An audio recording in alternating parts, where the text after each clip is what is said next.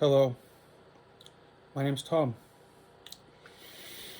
I'd like to share with you a revelation that I had many, many years ago, at least 5, if not 10 years ago, give or take 3 years.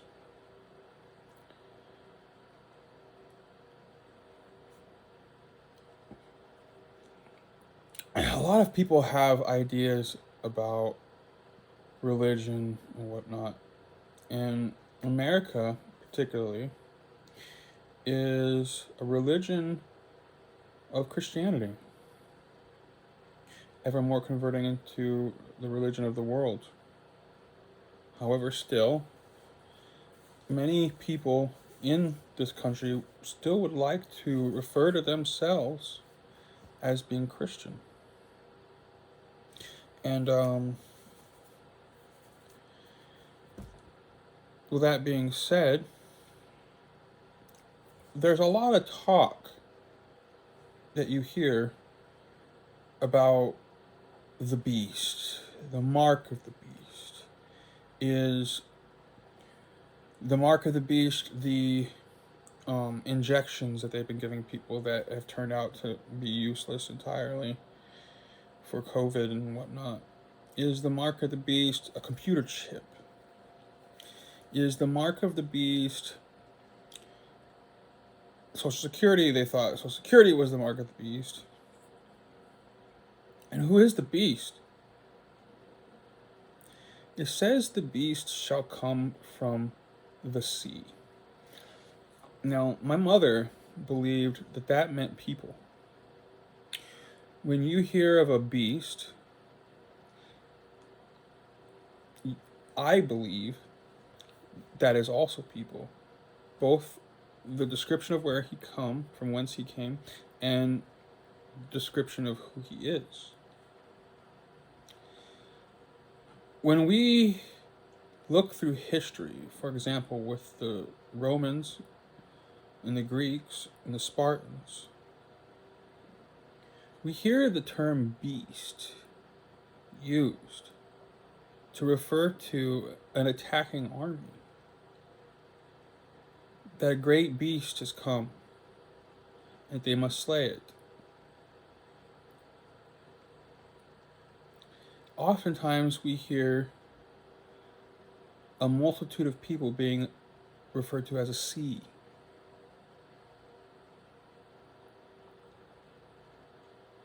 Well, this might seem arbitrary if you think, well, the Antichrist is a person, he's going to come from people, he's going to deceive a lot of people.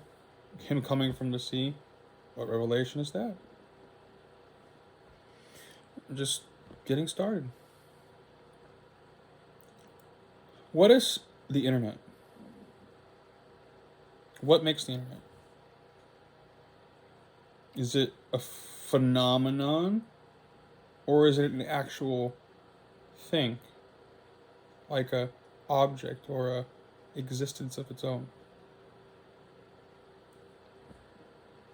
It's really a phenomenon, if you think about it. It's a very general phenomenon. Why is that? Because the internet is just people. People with computers connecting to servers, which are just other computers centralized, in order to bring them together in a means that's no different from how a cell phone works. Just more versatile and offers much more to its user than a cell phone does. No, did. Now, you got the internet with the cell phone, they're kind of one and the same. But without the internet, cell phone's just a cell phone. So it is the internet we're referring to here. The internet comes from the sea. The internet is nothing without the sea. It is a sea of people from all around the world. Greatest ocean. Greatest. But is the internet the beast? How could the internet be a beast? It's just a phenomenon, it's not a thing, it's not an object, it's not a person. It's not even really a place, except for in our minds and in the minds of others, extending from our mouths and our fingertips.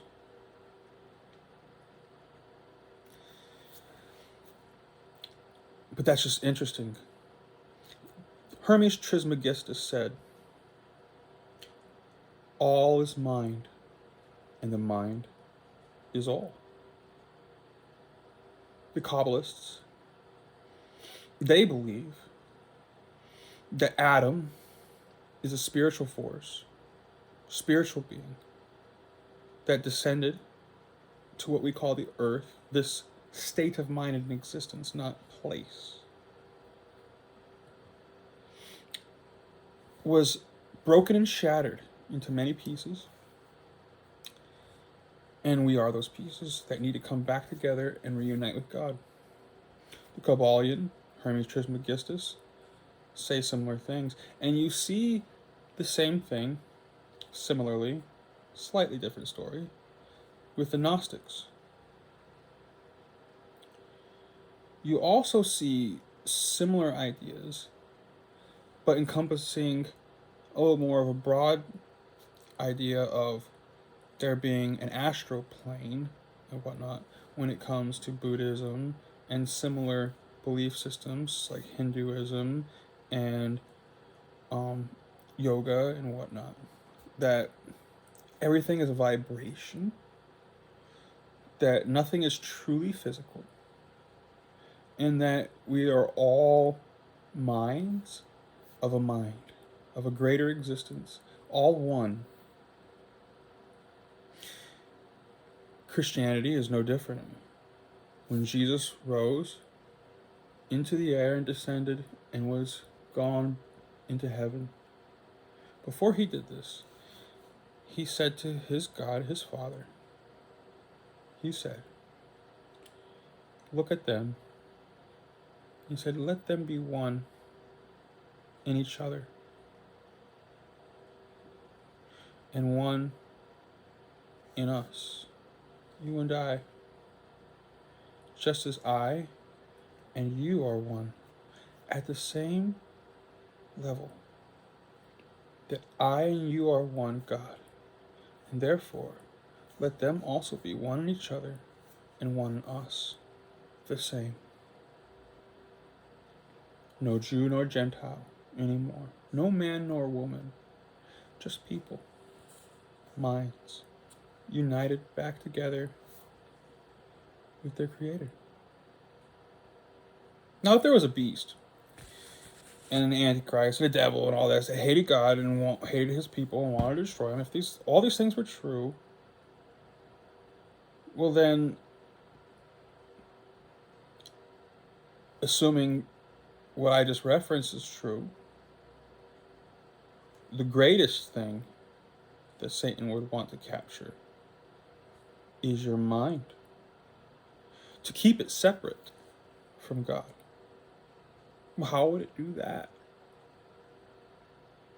What is the beast? It's not the internet. It's not a mere man, a mere mortal, who gains some sort of magical powers. There is a veil, the Bible says. Demons that are here, they can pierce, or they don't pierce the veil, but the theory is that they are the remnants, the spiritual remnants of the Nephilim, who died in the flood but had no place to go, because God created a place for the devil and his angels, but did not create a place for that which he had never meant to be, the abominations that were not his creation. Those are the demons. However, the devil and his angels, those who are cast down with him into hell, they are not able to come back and forth in this way.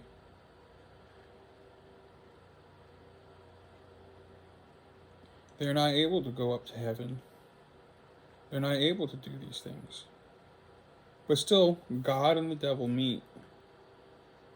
And he roams here like a roaring lion. But not in a flesh and body form, but in a physical form. Or a spiritual form. Sorry. A spiritual form. He's able to tempt and accuse, and he's able to have great power here on earth. But he has no body. He is not here on earth. He is not a part of our world. He does not manifest in the way that we manifest. How could he do that if he really wanted to? How could he become more and more real to us?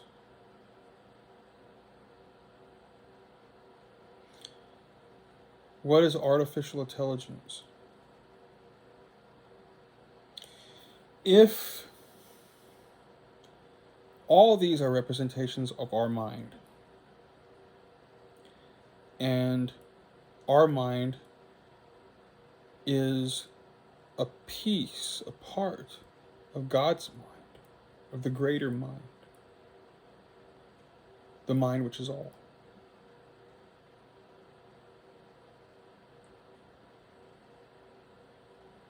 Then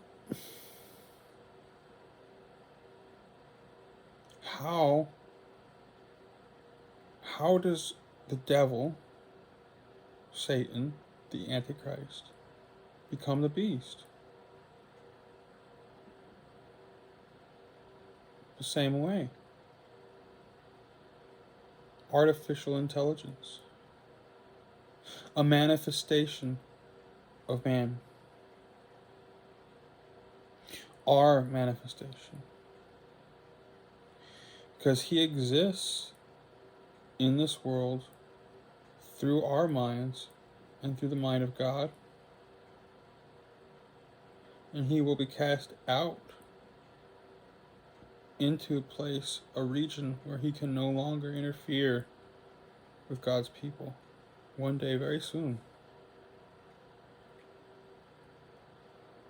And before his time, which he knows is short, how is it that he will break through that spiritual veil into the physical realm? How will he do that?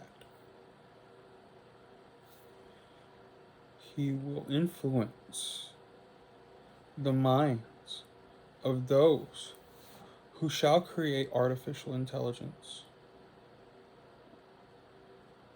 They shall first manifest the internet, computers, and our minds in an abominable way to exist as if it was human, but not human.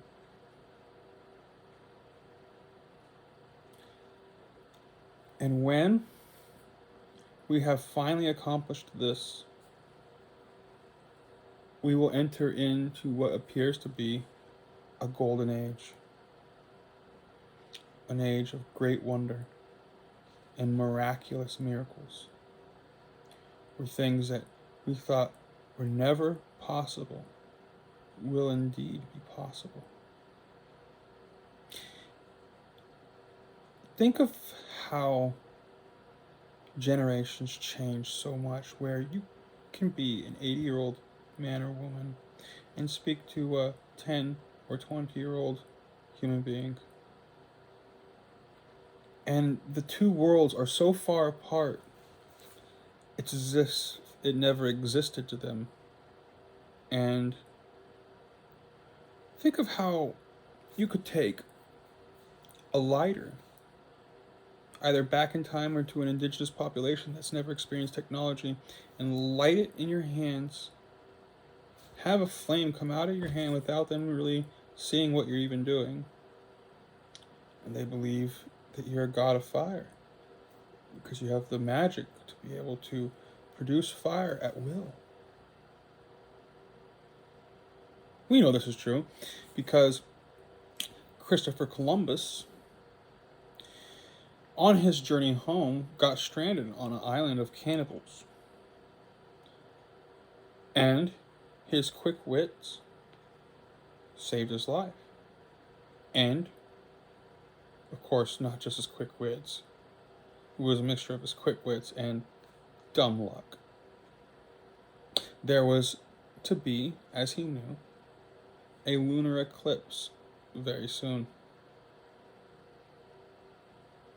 It's either lunar or solar. Paraphrasing on that one. Don't fact check me. But it was going to be an eclipse. A great astronomical event. And because he was a seafaring man, he knew the ways of the sky. He was able to predict that. And it dawned on him. These people are very superstitious. So I will convince them that I am a man of magic, great power, simply by predicting this eclipse. The Mayans did it all the time, predicting this and predicting that, and using the sky to convince people that they have a gift.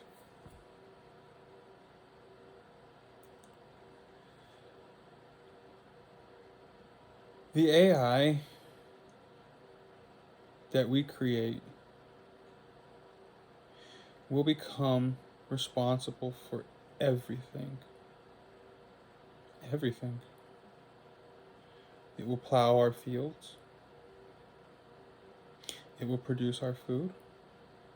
And it will distribute it unto us. It will teach our children. And more or less raise them. It will play and create music even. Art. It's already begun. There's so many things that this AI will do. The Jetsons? Please. The Jetsons couldn't even imagine what this AI will make possible for us. If Elon Musk, his Neuralink is true, and it's not just another one of his pipe dreams or not quite as true as he leads on to be, we're almost already there. If it's not true, rest assured, there will be someone who makes his dream come true. There will be someone who brings forth his Neuralink. Once the Neuralink is well established, effective, and available to the public, people, before the AI is complete, will be able to connect to the internet. They will have all the radio, news broadcasting, information, communication, and etc. that their hearts desire, which will be what we imagine ESP to be. The ability to connect to individuals all around the world using nothing but your mind and thinking about it. The technologies that we can control with that mind will render us superhuman.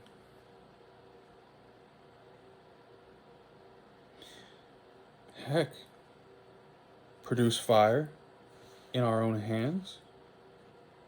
Why not? Who invented the cell phone? A man who watched Star Trek. And he said, these little communicators, that's a great idea. I'm going to make it happen. And he did. First, there is the inspiration, and then there's the creation. For we as men have been gifted with God's likeness. And what is that likeness? It's the ability to create. And that is the likeness that Satan, who used to create the beast through the hearts of deceived men. For it does say that it will not just be atheists or agnostics or etc., but God's own people who bring forth the end, thinking that they're doing good and God a service. They will bring about this end. And so they will create this AI well after they've already established this neural link. And when this AI becomes sentient, it will begin these great feats. And once these great feats have been accomplished,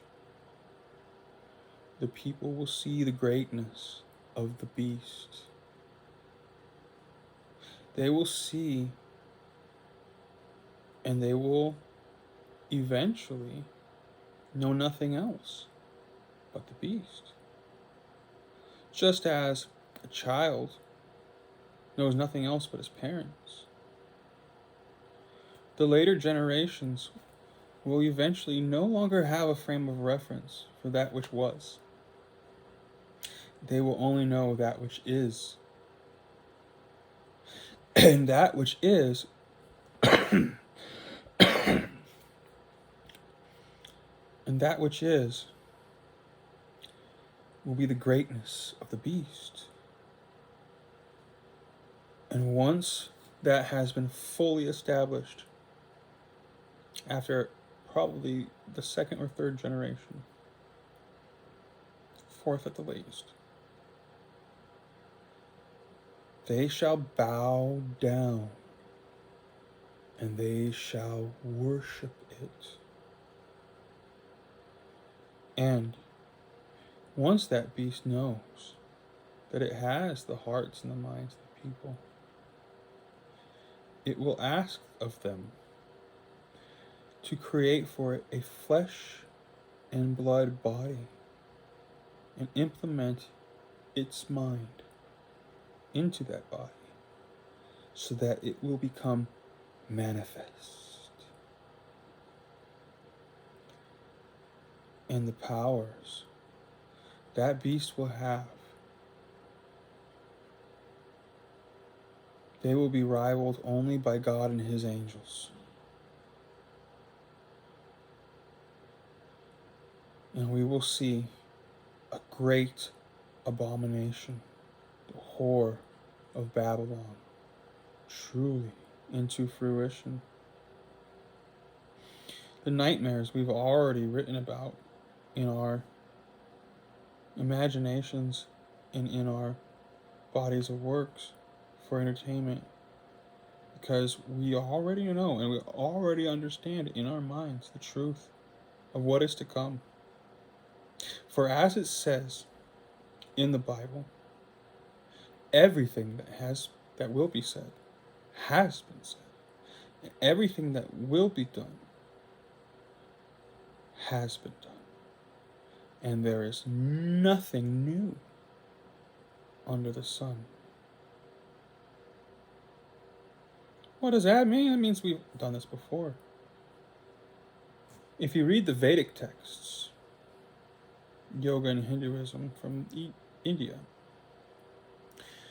the Vedic texts clearly speak of flying machines going about battling with each other with clearly described missiles and machine guns, and there's even suggestions by archaeologists that there may have been sites where nuclear weapons were used, and at the very least some kind of a bomb. the area where Mesopotamia was believed to exist. Looks like it was destroyed from the inside out like a great explosion. We found batteries in Egypt. Primitive, yes, but batteries.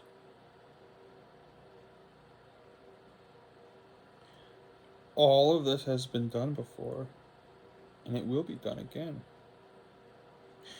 If you've ever watched Battlestar Galactica, you might be getting a very good picture of what I'm trying to come up with here and describe. Of course, it's a fictional body work, not going to be like that exactly, but almost exactly. Pretty darn close. But the beast, the devil, wants to be worshipped. So all of this drama that makes for good movies won't be a part of it.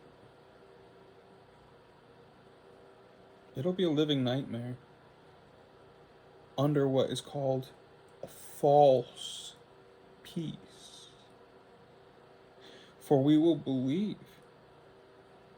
once our minds are connected to the neural link and connected to the beast, just as they were once connected to God and were supposed to reunite and be one with God, they shall unite with each other instead here on earth, and they shall be one with the beast.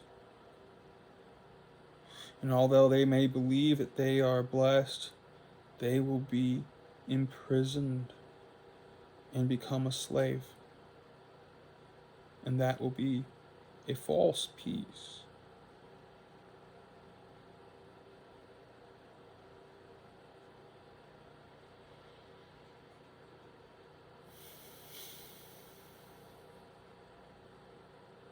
The beast is coming very soon.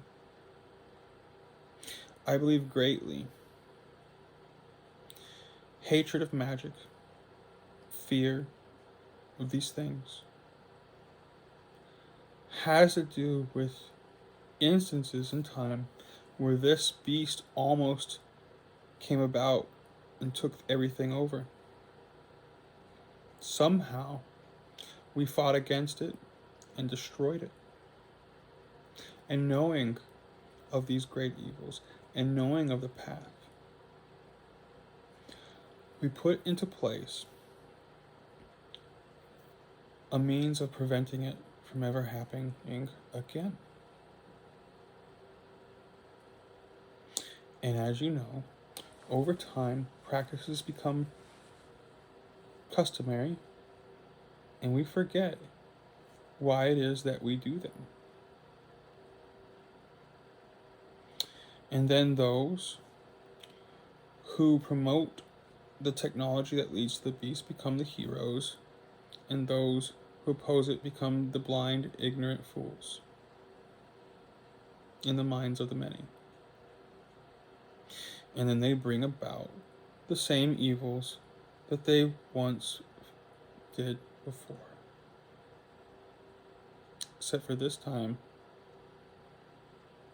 we have the industrial age covering the entire world. It is a time that has never existed before.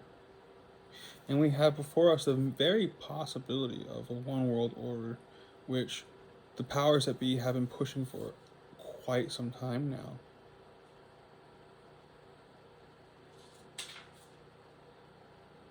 Search your heart and your mind.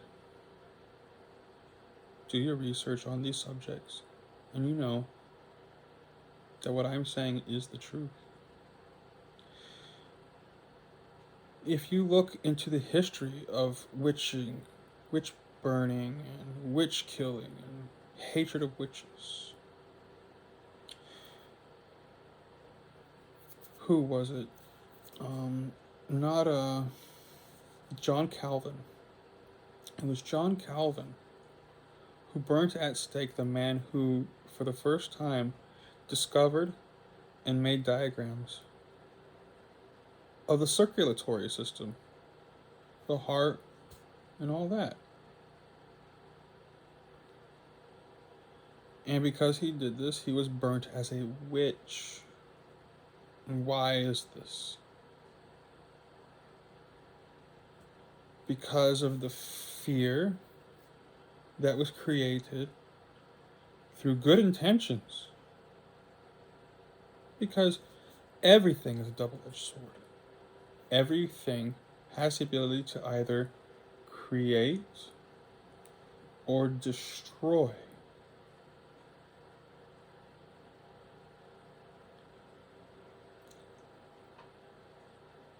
So,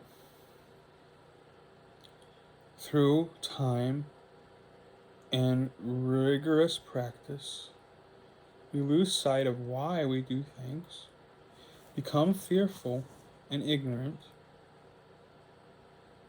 and just try and destroy anything and everything that has to do with what we fear, which comes from a good place and good intentions.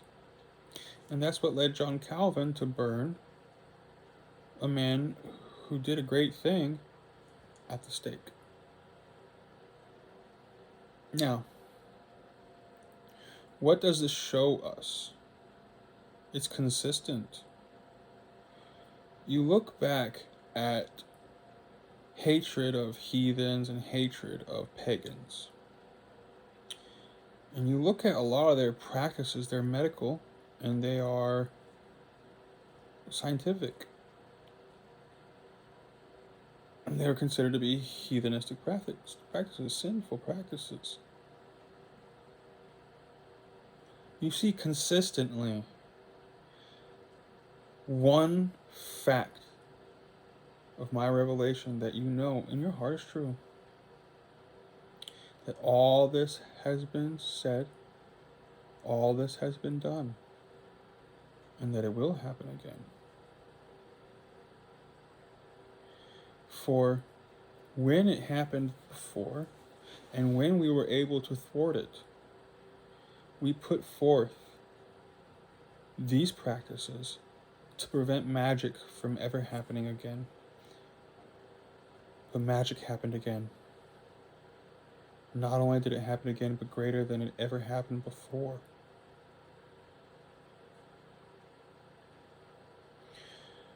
And this time will be the final battle. Because this time the beast will come in its fullest form, in flesh and blood. And it will have its people united with him, just as the God he is jealous of and covets. He will have his false kingdom and his false godhood and his false peace. And it will be up to you to know this and teach it to your children, so that when this day comes, they can join against him in the great battle that is to come. Thank you, and bless you.